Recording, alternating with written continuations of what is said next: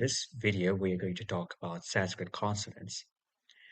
Sanskrit consonants are known as Vyanjana, but while talking about them collectively, we commonly refer to them in Sanskrit as Vyanjanani. In Sanskrit, there are 33 consonants.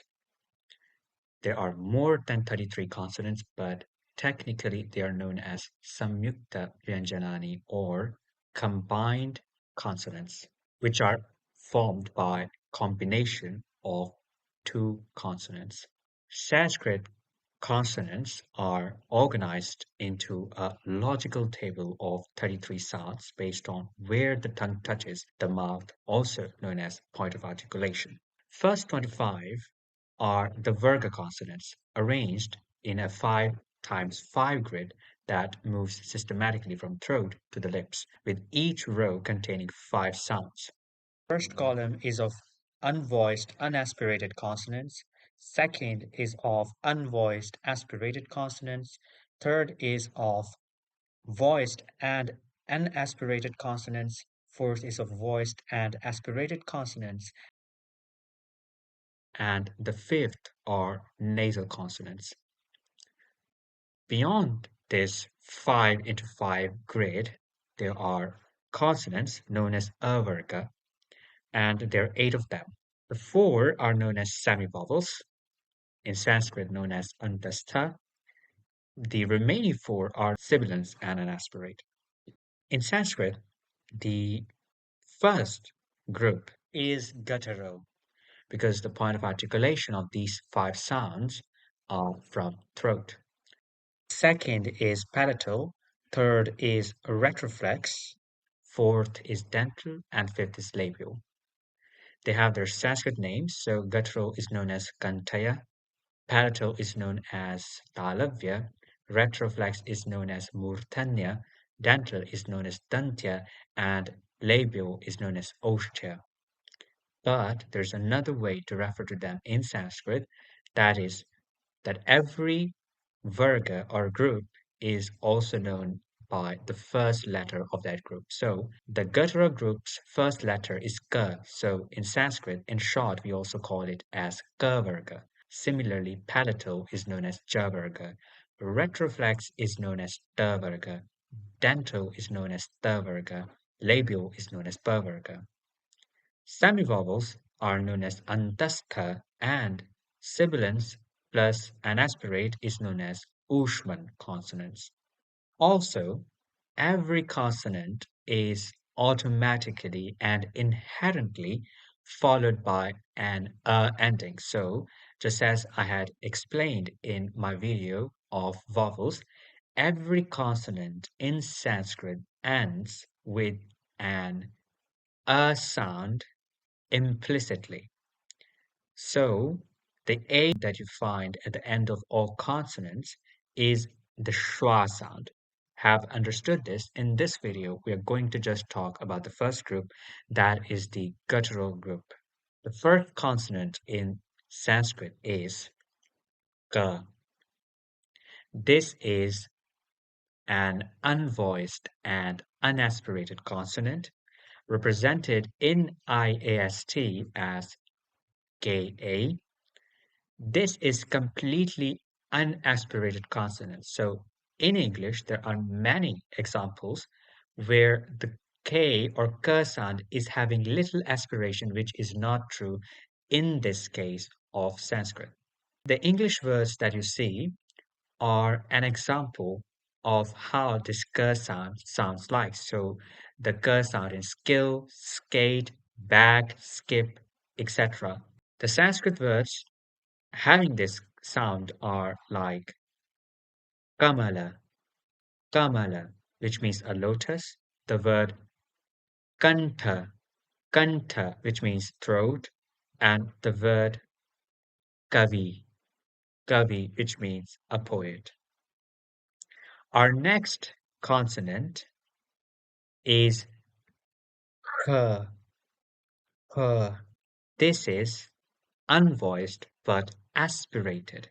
It is same as ka because the point of articulation of these two sounds is exactly the same, but the only difference is Th is aspirated. There's a puff of air being released from the mouth, giving the sound that it has. In IAST, it is represented by KHA. This sound doesn't exist in English, so we're entirely dependent on Sanskrit examples. They're like the word Haga, Haga, which means sky goer. So typically this word is used for birds, also for sun, because sun moves in the sky. The word Phala, Phala, which means a wicked or an envious man, and the word Sukha, Sukha, which means happiness, pleasure, ease, joy, bliss, etc. Our next consonant is G, G. This is voiced but unaspirated. In IAST, represented by GA, and this is same as English G, so like in the verse game, give, go, gate, etc. The Sanskrit examples are like the word gaja, gaja, which means an elephant, the word Gita, Gita, which means a song, and the word guru, guru, which means a teacher, and also it's a word for something which is heavy. Our next consonant is Gh, Gh, represented in IAST as GHA. This is voiced and this is aspirated version of previous G. We don't have this sound in English natively, but there are few words from Hindi which are being used in English, such as the word ghee. So that gh sound. And in Sanskrit, the word for ghee is ghrata, ghrata, which is clarified butter. The word bhata, bhata, which means a pot, and the word ghosha, ghosha, which means sound or resonance. Our last consonant is ng. It is a nasal sound. In IAST, represented by N having a dot above it. This sound is, although not that prevalent in English, we still find its resonance in some words like uncle, uncle. So when we say the word uncle, that sound is exactly this consonant.